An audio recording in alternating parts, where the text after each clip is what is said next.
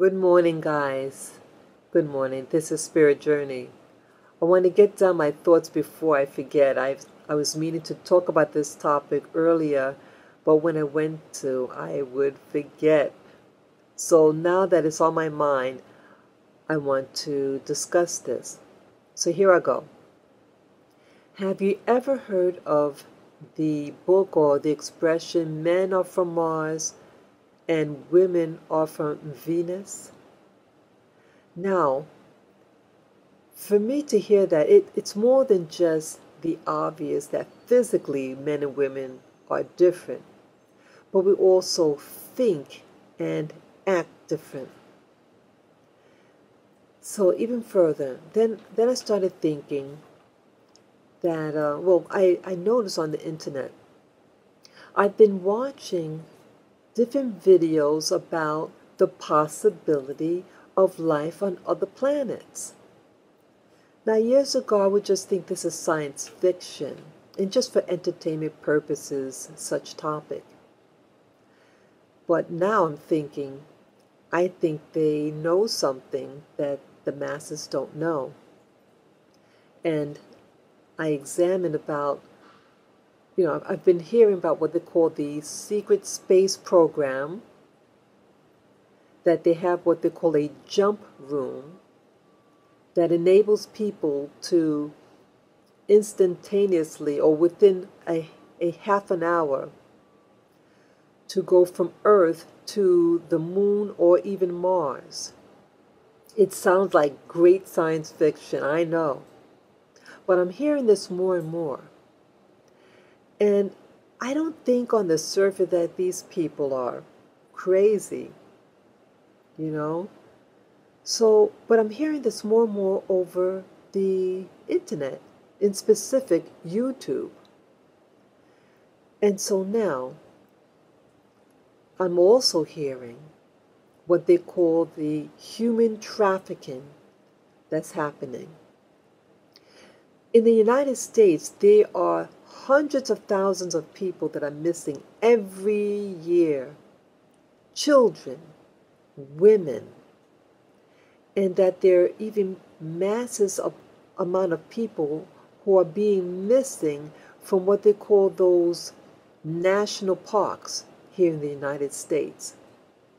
But all these missing people is global, worldwide. Where are they going?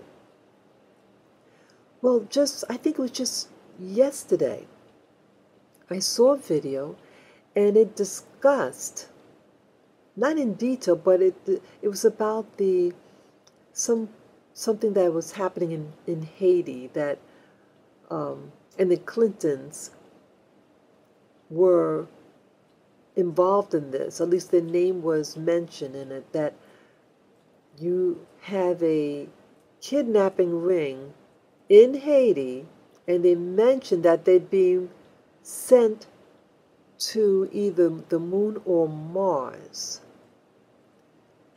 to be used as slaves. It sounds horrific, doesn't it? My goodness. So then I'm thinking about, again, with men and women, and you have people, especially in the Arab-speaking nations where Islam is practiced, that the women are treated like third-class citizens. They might be married, but they're treated like slaves. Now let's just say, okay, rather than saying that they're women that are being mistreated, let's put a label on it. Let's just say they belong to a different ethnic group, these women, and that they're men from a different, let's just make up a name. You make up the name that you want to call them. And these individuals, okay, they cannot walk the street unattended. And they may have to carry documents. They cannot legally drive. They, okay, I think I mentioned that they have to be chaperoned by a man. They they cannot really make their own money. I mean, they might be able to get a job, but their money is not theirs. Their property, they cannot own property. You are, in essence, a slave, a modern day slave. So you have no freedom to go out and about, to live where you want to live. You always need someone over you, a watcher over you. And it's like this in these countries. And even other parts of Asia, like in India, that the status of the woman is awful. And forget about if a woman in Asia, such as India, if she becomes a widow, she's expected to commit suicide so that they won't have to, so she won't be a burden on society financially. And it's just horrible, the living conditions for these women.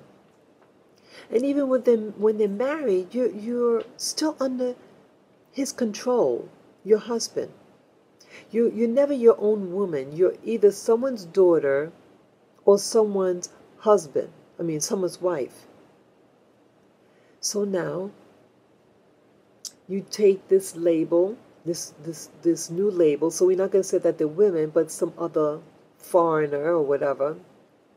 And if this foreigner, if it's known what's happening to them, it's going to be an outcry, to society. Hey, we got a group here that's being oppressed.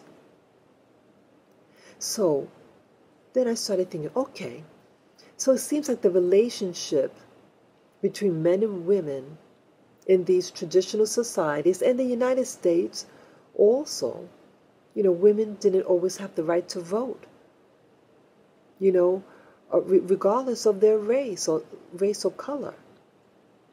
So why this antagonism or separation and oppression to women?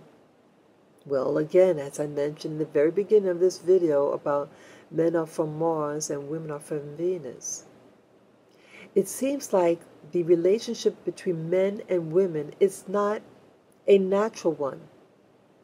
It's something that seems like, as the earlier you go in human history, the rift between the male and female species. And I'm wondering, in this relationship, in this early history, whether that the men and the women come from different worlds, different locations, different planets, and we're planted here and we're seated here.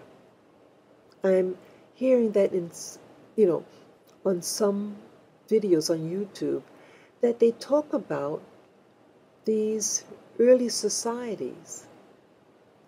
And I'm wondering more and more whether they're right. There's something, just look in history, human history, and you see with different groups that there's problems. But it's always preceded by something else. Whether the different nations that are in conflict.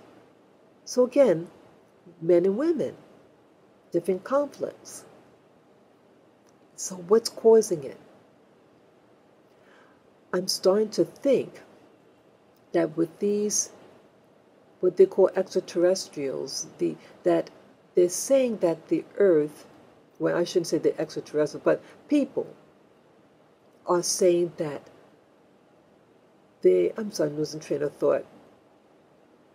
But that we come from different worlds. And that this planet was seeded